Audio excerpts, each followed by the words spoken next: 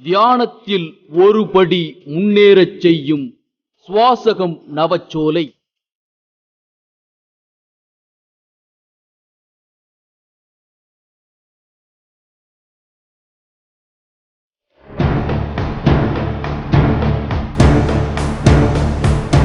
மருத்துவரால் கைவிடப்பட்ட நோயை சரி செய்யும் ஜீவசமாதி.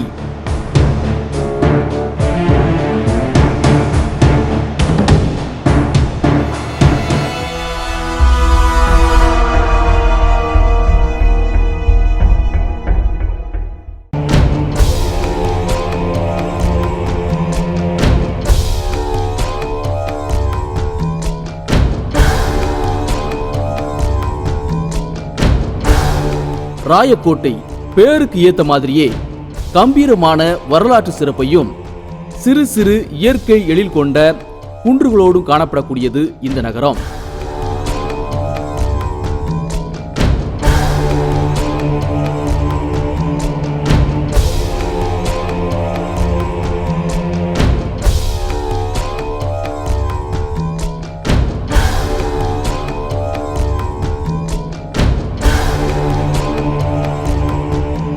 திப்பு சுல்தான் காலத்துல தலைநகரமாகவும் ஆங்கிலேயர் ஆட்சி காலத்துல ராணுவ தளவாடமாகவும் இருந்த ராயக்கோட்டை மலை வரலாற்று சிறப்பு வாய்ந்தது மட்டுமில்லாம சித்தர்களும் அவதார புருஷர்களும் அவதரித்த ஆன்மீக பூமியாகவும் இருந்துட்டு வருது.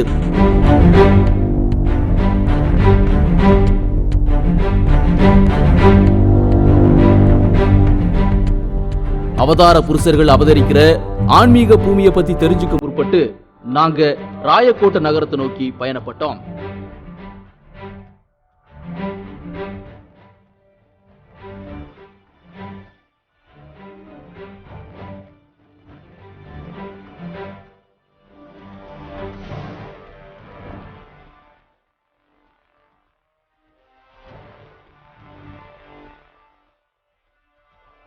கிருஷ்ணகிரி மாவட்டத்தில் இருக்கிற இந்த ராயக்கோட்டை கிருஷ்ணகிரியில இருந்து தேன்கனிக்கோட்டை போற வழியில சுமார் 35 கிலோமீட்டர் தொலைவில் இருக்குங்கிற ஒரே ஒரு தகவலை மட்டும் வச்சுக்கிட்டு நம்ம பயணத்தை தொடர்ந்தோம்.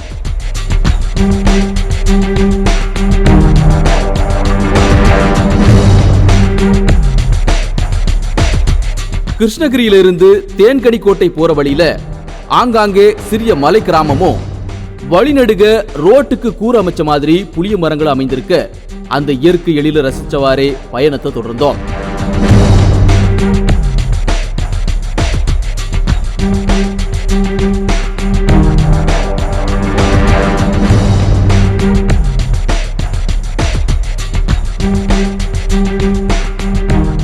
வெகுநேர பயணத்துக்கு பிறகு உயர்ந்த மலை குன்று ஒன்று தெரிய இதுதான் ராயக்கோட்டையா இருக்கக்கூடும்ங்கிற கணிப்புல மேலும் எங்க பயணத்தை தொடர்ந்தோம்.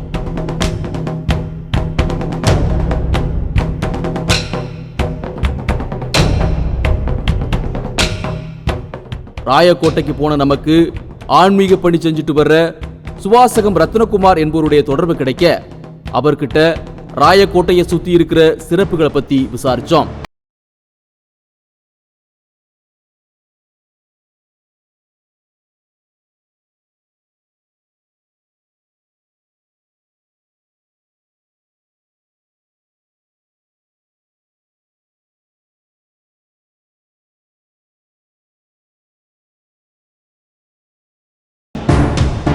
இந்த மண் சித்தர்கள் பூமிங்கிறதுக்கு உதாரணமா இன்றைக்கும் இங்கு வாழக்கூடிய அவதூறனாக பாபுஜி சுவாமிகள் வாழ்ந்து வர்றதா சொல்லி நம்மள வியப்புல ஆழ்த்தினாரு.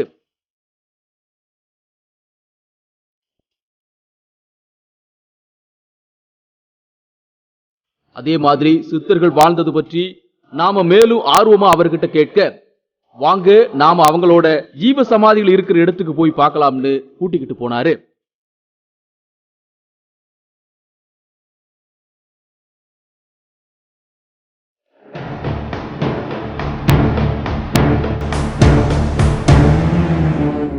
எங்களுக்கு வழிகாட்டியா வந்த ரத்னகுமார் ஐயா முதல்ல நம்மளை கூட்டிக்கிட்டு போனது சடகோபானந்தா ஆசிரமம். சடகோபானந்தா ஆசிரமத்துடைய சீடர்களா இருக்கிறவங்களுக்கு நாங்க வந்த விவரத்தை சொன்னதும் அங்க உள்ள சிலரும் எங்களோட சேர்ந்து சடகோபானந்தா சுவாமிகள் தவம் செய்த இடத்துக்கு வந்தாங்க. சடகோபானந்தா சுவாமிகளை பத்தி அவர்கிட்ட கேட்டப்போ 1976ஆம் ஆண்டு திருவண்ணாமலைக்கு கிரிவலம் வந்தப்போ துர்வாச மகரிஷி கோயிலை பார்த்த சடகோபானந்தா சுவாமிகள் 4 யுகங்களா வாழ்ந்து வரக்கூடிய துர்வாச மகரிஷி தவம் இருந்த ஊர் ராயக்கோட்டைன்னு தெரிஞ்சு அவர் இங்க வந்ததா தெரிவிச்சாரு.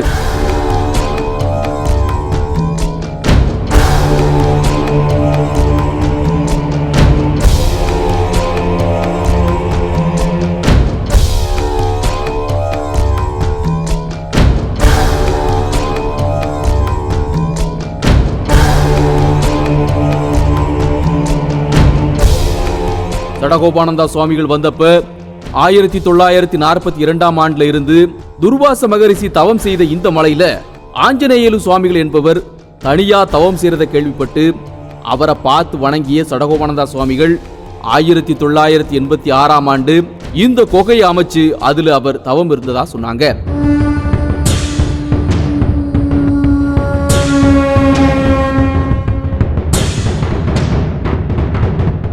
உடல்நல குறைபோட வர்றவங்களுக்கு இயற்கை வைத்தியமும் செஞ்ச சடகோபானந்தா சுவாமிகள் ஆசிரமத்துல இப்போ நவக்கிரக தாவரங்கள் வச்சு சுவாசகம் நவச்சோலை உருவாக்கப்பட்டிருக்கு.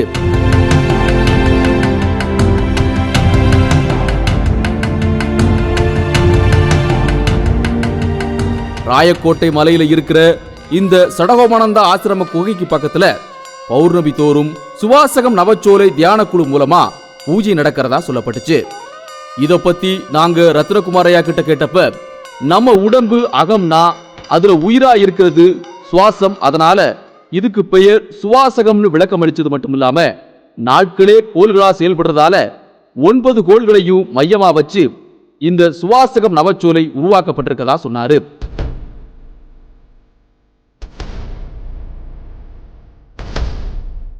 ஒவ்வொரு கிழமையும் ஒரு எண்ணெயும் ஒரு செடியையும் குறிக்கிற வகையில உருவாக்கப்பட்டிருக்கிற இந்த நவச்சோலையில அந்தந்த கிழமைகளை பிறந்தவங்க அமர்ந்து தியானம் செய்யறது மூலமா அவங்களோட தியான நிலையில நல்ல முன்னேற்றத்தை பெறதாவும் ரத்னகுமார் ஐயா விவரிச்சாரு. சுவாமி சடகோபானந்தர் ஆசிரமத்தில் இருக்கக்கூடிய சுவாசகம் நவச்சோலை செடிகள் முன்னாடி தியானம் செய்யறவங்க உரம் எடுத்து தண்ணி ஊத்துறதுக்கு மட்டுமே அனுமதிக்கிறதாவும் மஞ்சள் குங்குமம் கற்பூரம் இதையெல்லாம் இங்க அனுமதிக்கிறது இல்லைன்னு ரத்னகுமார் ஐயா தெரிவிச்சாரு. மேசராசி அதனால கருங்காலி செடி வச்சு வளர்த்தினாக்க மேசராசிக்கு நல்லது அப்படின்னா இந்த கருங்காலி செடி வச்சுருக்கிறேங்க. செவ்வாய் கிரகன்றது வந்து முருகனுக்குரியது.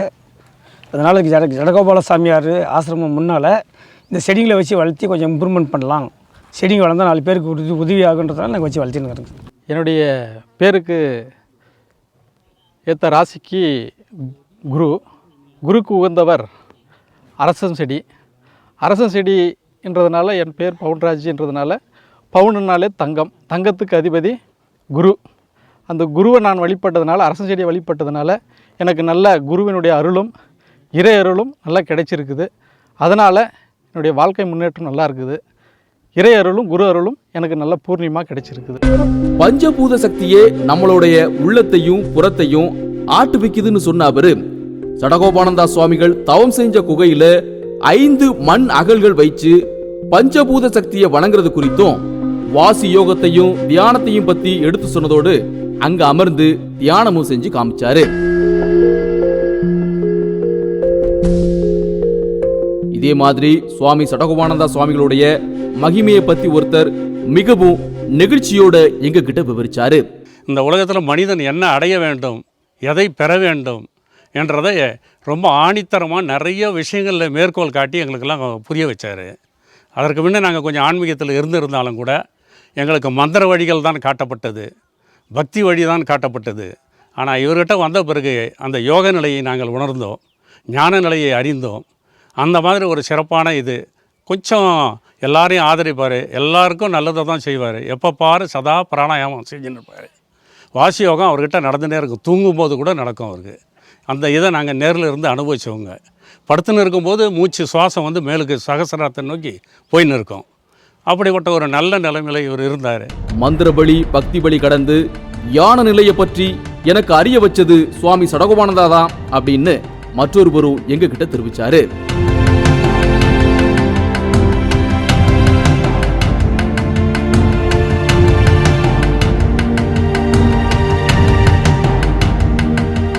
இப்படி ராயக்கோட்டை மலையில உள்ள குகையில தவம் செஞ்சதோடு மட்டும் இல்லாம தன்னை நாடி வர்றவங்களுக்கு நாடி சுத்தி, பிராணயாமம், வாசியோகம் உள்ளிட்ட பல சூட்சமங்களை அவர் கற்றுக் கொடுத்தது மூலமா தனக்குள்ள ஏற்பட்ட மாற்றங்களை பத்தி சடகோபானந்தா சுவாமிகளுடைய சீடர் ஒருத்தர் பெருமிதத்தோட எங்க கிட்ட விளக்குனாரு.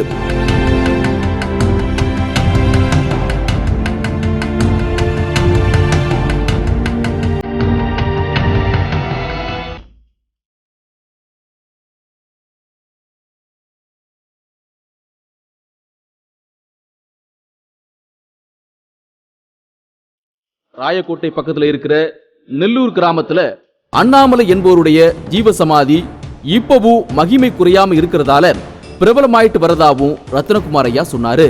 தான் வாழும் காலத்துல கை கால் மூட்டு வீக்கத்துக்கு இயற்கை வைத்தியம் செய்த அண்ணாமலை சாமிகளுடைய அடக்கம் செய்த இடத்தை மக்கள் வழிபட்டு வரதாவும், அப்படி வழிபாடு செய்யும் போது இன்றளவும் தீராத நோய்களுக்கு தீர்வு கிடைக்கிறதாவும் நம்ம கிட்ட சொல்லவே நாங்க நெல்லூர் நோக்கி பயணமானோம்.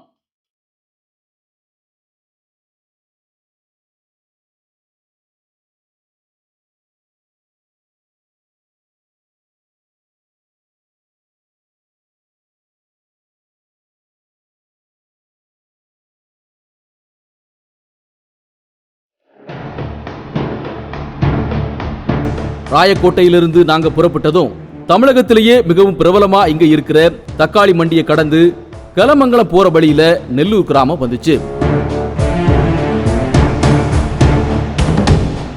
அண்ணாமலை சாமி தன்னுடைய உடல்ல இருக்கக்கூடிய வெப்ப ஆற்றலால ஒருவருக்கு வலி உள்ள இடத்தை தன்னுடைய இடது காலால 3 முறை தடவி குணமடைய செய்திருப்பதா சொல்லப்படுது. இது மூலமா நோயாளிகிட்ட இருக்கக்கூடிய நோயை தடவி தான் பெற்றுக்கொண்டு ஏதேனும் பக்கத்தில் இருக்கிற செடி மீது அதை இறக்கிவிடக்கூடிய அதிசயத்தை அண்ணாமலை சுவாமி நிகழ்த்தியதா அறியப்படுது.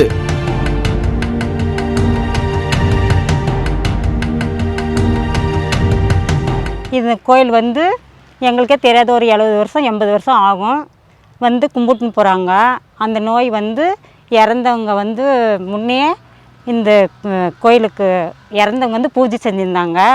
அவங்க இறந்த பின்னாடி நாங்கள் இங்கே சமாதி கட்டி பூஜை செஞ்சு தரோம். அவங்க வந்து கை கால் கட்டி பிப்பர்த்தி எதனா இருந்துச்சுன்னா வந்து கும்பிட்டுன்னு போனாங்கன்னா அது நல்லாயிடுது. அதுக்கு பின்னாடி எங்கள் மாமனார் செஞ்சுருந்தாங்க. அவங்க இறந்துட்ட பின்னாடி இப்போ நாங்கள் செஞ்சு தரோம். இன்னைக்கும் பல மாவட்டங்கள்ல இருந்து இவர் சமாதிக்கு வந்து அங்க மண்ணை எடுத்து நோய் இருக்கிற இடத்துல பூசிட்டு வணங்கி போறது வழக்கமான செயலா இருக்குன்னு சொன்னாங்க.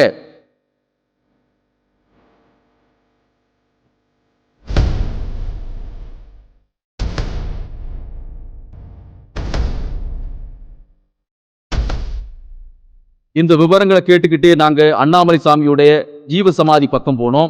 மிகப்பெரிய ஆலமரமும் அந்த வளாகத்திலேயே அண்ணாமலை சுவாமிகள் மறைந்த தினமான 28/6/78 என்று பொறிக்கப்பட்ட கல் தூணு இருந்துச்சு.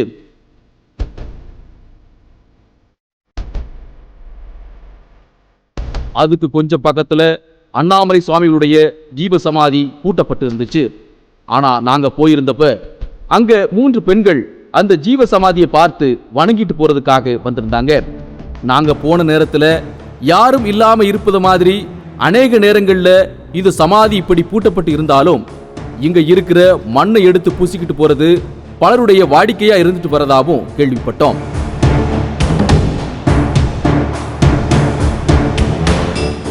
தான் வாழும் காலத்துல வைத்தியரா இருந்து பல அதிசயங்களை நிகழ்த்திய அண்ணாமலை சாமியுடைய ஜீவசமாதிக்கு வரவங்க இப்பவும் பொரி, கடலை, தேங்காய், பழம் இதையெல்லாம் படைச்சு வழிபடுறது வழக்கமா இருக்கு. மருத்துவரால கைவிடப்பட்ட நோயாளிகள் கூட அண்ணாமலை சுவாமி ஜீவசமாதிக்கு வந்து வணங்கி பலன் பெறதா சொல்லப்படுது. இப்படி பலனை பெற்ற ஒருத்தர் தன்னோட அனுபவத்தை எங்க கிட்ட பகிர்ந்துகிட்டாரு. இந்த இடத்துல பக்கம் நான் வந்து 28 வருஷம் ஆச்சு, பக்கத்து வீடு. அதனால் நாங்கள் பார்க்கும்போதெல்லாம் வந்து சுற்றிட்டு அது அவங்க என்ன கை கால் சலுக்கு வலி அதெல்லாம் வந்து கும்பிட்டு அவங்க கும்பிட்டு போனாங்கன்னா அது மண் 3 சுற்றிட்டு அந்த மண் எடுத்து நிறவின்னு போனாங்கன்னா அவங்க கும்பிட்றத செலுத்திட்டு போயிடுறாங்க. அவங்க வந்து நல்லாயிருச்சுன்னா.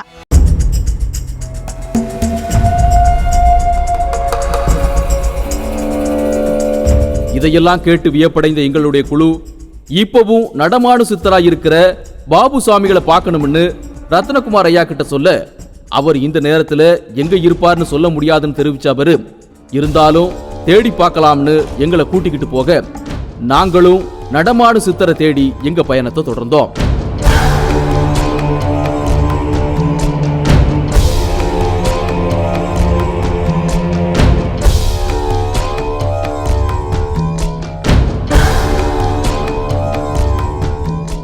நாங்க அவரை ஒரு இடத்துல போய் பார்த்ததும் ஆச்சரியத்துல உறைஞ்சு போனோம்னே சொல்லலாம்.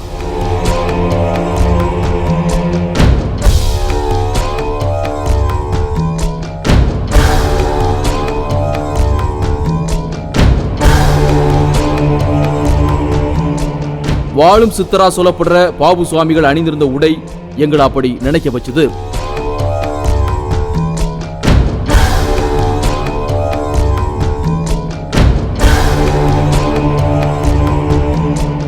ஆயிரத்தி 1976 ஆண்டு ராயக்கோட்டைக்கு வந்த பாபு சுவாமிகள் சாக்கடை நீரை அருந்துறதும் மாட்டு தொழுவத்தில் இருக்கக்கூடிய சாதத்தை எடுத்து சாப்பிட்றதுமா இன்னைக்கு வரைக்கும் இருந்துட்டு வரதா சொன்னாங்க.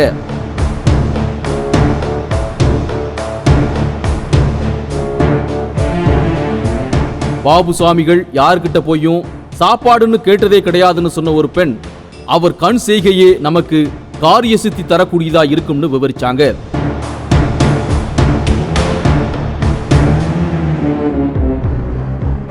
மழை வெயிலுக்கு அப்பாற்பட்டு தனக்காக எந்த உடைகளையும் தேர்வு செய்யாம யார்கிட்டையும் தனக்கான உணவை கேட்காம வாழக்கூடிய பாபு சுவாமிகளுக்கு இதுவரை எந்த வியாதியும் வந்ததில்லைன்னு சொல்லப்படுது.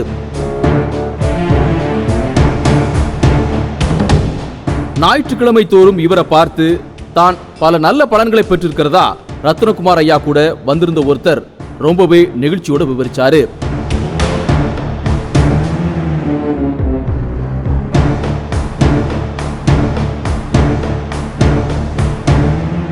பாபு சுவாமிகளை படம் பிடிக்கும் போது ஒரு கடப்பக்கம் திரும்பி ஒரு பெட்டியை தூக்கி அசைச்சு விட்டு அங்க வச்சாரு. இது மாதிரி அவர் இங்க இருக்கிற கடைகள்ல செய்யறத யாரும் தடுக்கிறது இல்லைன்னு சொல்லப்பட்டுச்சு. எந்த ஒரு மனிதரோடையும் பேசாம குழந்தைகள்கிட்ட மட்டும் பேசக்கூடிய பாபு சுவாமிகள் கிட்ட மானசீகமா தங்களுடைய கஷ்டத்தை சொல்லி பலர் பலன் பெற்று வரதாவும் சொன்ன ஒருத்தர் அவரோட இயல்பை மிகவும் யதார்த்தமா எங்க கிட்ட தெரிவிச்சது ரொம்பவே ஆச்சரியமா இருந்துச்சு.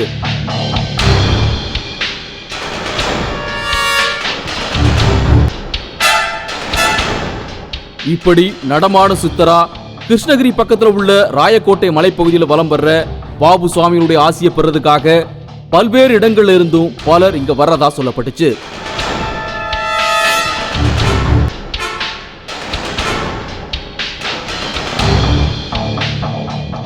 வாழும் காலத்துல எந்த விதமான கனவுகளும் எதிர்பார்ப்புகளும் இல்லாம எந்தவித பொருள் பற்றும் இல்லாம உறவுகளோட பாசத்துக்காக இயங்காம தன்னுடைய கஷ்டம்னு வர்றவங்களுக்கு ஏதோ தனது செய்கையால உதவி செய்யக்கூடிய பாபு சுவாமிகள் ஒரு வாழும் அவதூறனாக இந்த பகுதி மக்கள் நம்புறாங்க.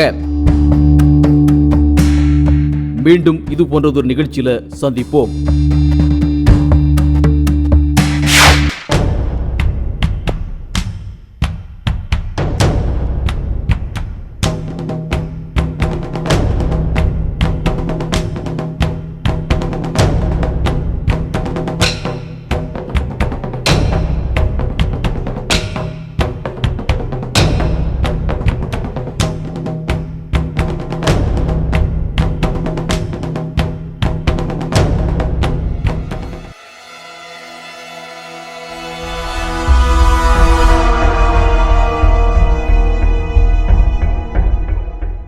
இந்நிகழ்ச்சி பற்றிய உங்கள் கருத்துக்கள் மற்றும் அமானுஷ்ய தகவல்களை பகிர்ந்து கொள்வதற்கான தொடர்பு எண் 996228000089.